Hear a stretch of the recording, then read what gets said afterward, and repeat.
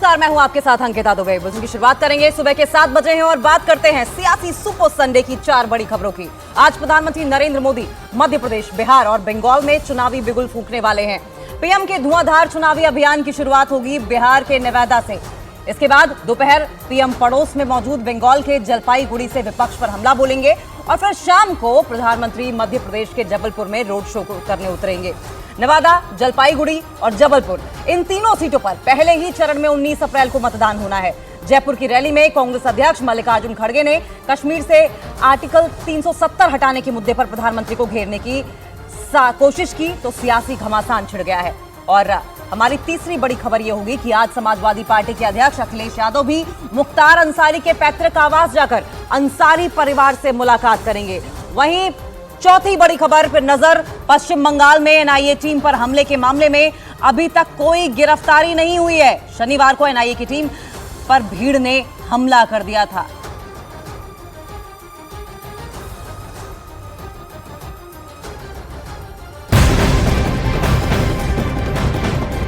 आज प्रधानमंत्री नरेंद्र मोदी मध्य प्रदेश, बिहार और बंगाल में चुनावी बिगुल फूंकने वाले हैं। पीएम के धुआंधार चुनावी अभियान की शुरुआत होगी बिहार के नवादा से और इसके बाद दोपहर में पीएम पड़ोस में मौजूद बंगाल के जलपाईगुड़ी से विपक्ष पर हमला बोलते हुए नजर आएंगे और उसके बाद फिर शाम को प्रधानमंत्री मध्य प्रदेश के जबलपुर में रोड शो करने उतरेंगे।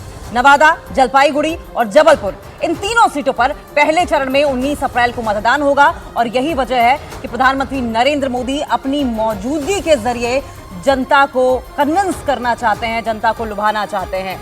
तो एमपी, बिहार और वेस्ट बंगाल, तो तीनों राज्यों में एक के बाद एक पीएम के मेगा शो है। सुबह करीब 11 बजे वो बिहार के नवादा में बीजेपी को जिताने के लिए हुंकार भरेंगे। ये दूसरी बार है जब प्रधानमंत्री नवादा में जनसभा करने वाले हैं। इससे पहले उन्होंने 2014 में नवादा में रैली की थी और लोगों से तब के बीजेपी उम्मीदवार गिरिराज सिंह को बढ़ चढ़कर वोट दिए थे। नवादा के बाद दोपहर में नरेंद्र मोदी पश्चिम बंगाल के जलपाईगुड़ी में रैली करने पहुंचेंगे। बंगाल में पहले ही सियासत गरमाई हुई है। बीजेपी और टीएमसी एक दूसरे पर बेहद आक्रामक है और ऐसे में जलपाईगुड़ी की जमीन से पीएम ममता बनर्जी को जमकर घेरने वाले हैं। 2 राज्यों में बैक टू बैक रैलियों करने के बाद शाम को प्रधानमंत्री मध्य प्रदेश में होंगे। वहां जबलपुर में करीब 1 घंटे का रोड शो करके मध्य प्रदेश में बीजेपी के चुनाव अभियान का शंखनाद करेंगे। पीएम के रोड शो के जरिए बीजेपी अपना शक्ति प्रदर्शन करने वाली है।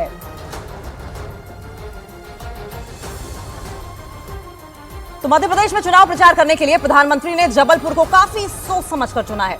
पिछले साल हुए विधानसभा चुनाव से पहले भी पीएम जबलपुर गए थे। जबलपुर को चुनने की खास वजह यह है दरअसल कि जबलपुर लोकसभा सीट 1996 से बीजेपी का गढ़ है। पिछले 28 साल से जबलपुर के लोग लगातार बीजेपी के उम्मीदवार को संसद पहुंचाते रहे हैं। इतना दबदबा होने के बावजूद पीएम जबलपुर की जमीन पर उतरने वाले हैं क्योंकि जबलपुर से बीजेपी की छिंदवाड़ा सीट पर नजर है। छिंदवाड़ा जबलपुर से ज्यादा दूर नहीं है। छिंदवाड़ा सीट कांग्रेस की परंपरागत सीट मानी जाती है जहां से कमलनाथ का परिवार जीतता चला आया है। पिछले चुनाव में मध्य प्रदेश की 29 सीटों में छिंदवाड़ा ही इकलौती सीट थी जिस पर कांग्रेस का पंजा पड़ पाया था। इस बार भी वहां से कमलनाथ के बेटे नकुलनाथ मैदान में हैं और छिंदवाड़ा में भी जबलपुर के साथ 19 अप्रैल को वोटिंग होनी है और ऐसे में बीजेपी छिंदवाड़ा में भी कांग्रेस को साफ करना चाहती है। तो न्यूज 18 इंडिया से बातचीत में बीजेपी नेता और मध्य प्रदेश सरकार में मंत्री कैलाश विजयवर्गीय ने भी छिंदवाड़ा को साधने की बात कही है। मतलब रोड शो संस्कारधानी जबलपुर क्यों चुना गया? मध्य भारत का केंद्र है जबलपुर और इस रोड शो से पूरे मध्य भारत पे इसका असर पड़ेगा। वैसे तो पूरे मध्य प्रदेश में पड़ेगा क्योंकि रोड शो इतना आकर्षक होगा कि लोग कहेंगे कि हाँ, जबलपुर का रोड शो कोई रोड शो। छिंदवाड़ा में मतलब आप इंचार्ज हैं, छिंदवाड़ा में आप क्या करने वाले हो? मतलब रोज एक नई खबर आती है कि आज कमलनाथ के अमुक करीबी ने बीजेपी ज्वाइन कर ली, आज अमुक ने ज्वाइन कर ली। तो मतलब पूरी कांग्रेस, मतलब क्या यही रणनीति आप लोग? देखिए, हमें चुनाव जीतना है तो हम चुनाव जीतेंगे और चुनाव जीतने के लिए जो भी करना होता वही कर रहे हैं। कोई ऐसा अनैतिक काम तो कर नहीं रहा और इसलिए चुनाव जीतेंगे, 100% जीतेंगे। छिंदवाड़ा इस बार रिकॉर्ड बनाएगा। कमलनाथ के करीबी क्यों निशाने पर? कांग्रेस वहाँ पर जितने भी हों कमलनाथ जी के करीबी हैं तो उन्हीं को तो निशाना मारना पड़ेगा और किसको निशाना मारेंगे? आपका गोल लेकिन सही लग रहा है हर बार?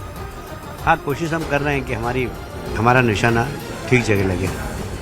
जो न्याय पत्र जो कांग्रेस की तरफ से मैनिफेस्टो आया, उन्होंने कहा कि हम किसानों को एमएसपी की लीगल गारंटी देंगे। कितना इम्पैक्ट होगा? देखिए, आप कुछ भी गारंटी दो, सवाल ये है कि आपके ऊपर विश्वास जनता का कितना है। हमें कहते हुए गर्व है कि मोदी जी के ऊपर जनता का विश्वास है। मोदी जी जो बोलते हैं वो करते हैं। कांग्रेस जो बोलती है वो कभी नहीं करती, इसलिए उनकी गारंटी से जनता के ऊपर कोई असर नहीं होगा। तो कौन सी गारंटी चलेगी इस चुनाव में? मोदी गारंटी और सिर्फ मोदी गारंटी। और बिहार की नेवादा सीट भी बीजेपी के लिए आसान सीट मानी जा रही है। नेवादा में एनडीए सीट की हैट्रिक लगा चुकी है।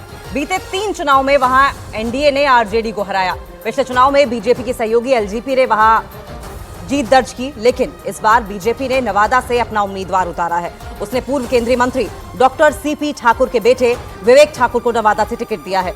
नवादा में यादव और भूमिहार समुदाय का दबदबा है और इसी बात को ध्यान में रखते हुए बीजेपी ने वहां से भूमिहार समुदाय से आने वाले विवेक ठाकुर को उम्मीदवार बनाया। हालांकि नवादा बीजेपी के लिए सेफ सीट है, लेकिन फिर भी पार्टी कोई चांस नहीं लेना चाहती और यही वजह है कि पीएम खुद वहां प्रचार करने पहुंचने वाले हैं। नरेंद्र मोदी जी की आंधी है और बिहार के अंदर मोदी जी की लहर चल रही है। अभी तो जमुई में आए थे, उसके बाद ही विपक्षी दल के खेमे उखड़ने लगे। अब फिर से वो नवादा की सरजमी पे आ रहे हैं। हम पूरे उस इलाके के लोगों से अपील करते हैं कि उस सभा में आइए और प्रधानमंत्री जी का भाषण सुनिए। और वहीं पश्चिम बंगाल की जलपाईगुड़ी सीट कभी लेफ्ट का गढ़ हुआ करती थी, लेकिन साल 2014 में वहां टीएमसी ने अपना झंडा गाड़ दिया।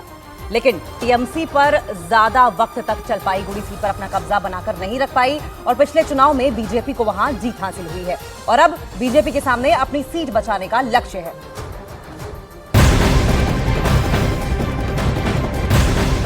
और जयपुर की रैली में कांग्रेस अध्यक्ष मल्लिकार्जुन खड़गे ने कश्मीर से आर्टिकल 370 हटाने के मुद्दे पर प्रधानमंत्री को घेरने की कोशिश की तो सियासी घमासान छिड़ गया। खड़गे ने बयान दिया कि राजस्थान की रैली में पीएम के आर्टिकल 370 की बात करने का क्या मतलब है और इस पर बीजेपी ने उन्हें आड़े हाथों लिया है।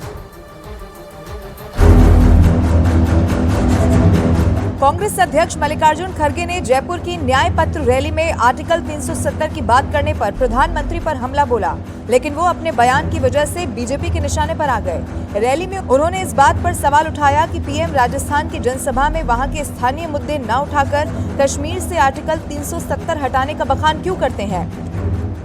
उन्होंने यहाँ पर राजस्थान में चूरू में ना वहां पर एक भाषण दिया।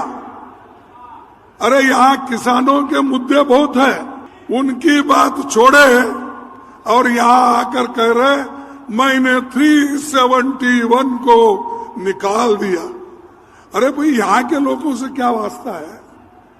ठीक है, आप जाके कश्मीर में बोलो, जम्मू में बोलो। कश्मीर से आर्टिकल 370 हटाने के लिए जब बीजेपी सरकार 2019 में संसद में प्रस्ताव लाई थी तो गृह मंत्री अमित शाह ने 2 टूक कहा था कि बीजेपी कश्मीर के लिए जान दे सकती है। जम्मू एंड कश्मीर के पीएको को आप भारत का हिस्सा नहीं मानते हो क्या? एग्रेसिव ना हो, जान दे देंगे इसके लिए। क्या बात कर रहे हो आप? एग्रेसिव होने की क्या बात कर रहे हो? जान दे देंगे इसके लिए। खड़गे के बयान पर अमित शाह ने यही बात दोहराकर हमला बोला और ट्वीट किया कि जम्मू कश्मीर भारत का अभिन्न अंग है और हर भारतीय का जम्मू कश्मीर पर हक है। खड़गे का मतलब आर्टिकल 370 से था, लेकिन उन्होंने अपने बयान में 371 बोला। इस बात पर बीजेपी अध्यक्ष जेपी नड्डा ने उन्हें घेर भी लिया। He does not understand the difference between 370 and 371. He was talking about 370 and he was quoting 371. Which type of thinking they have?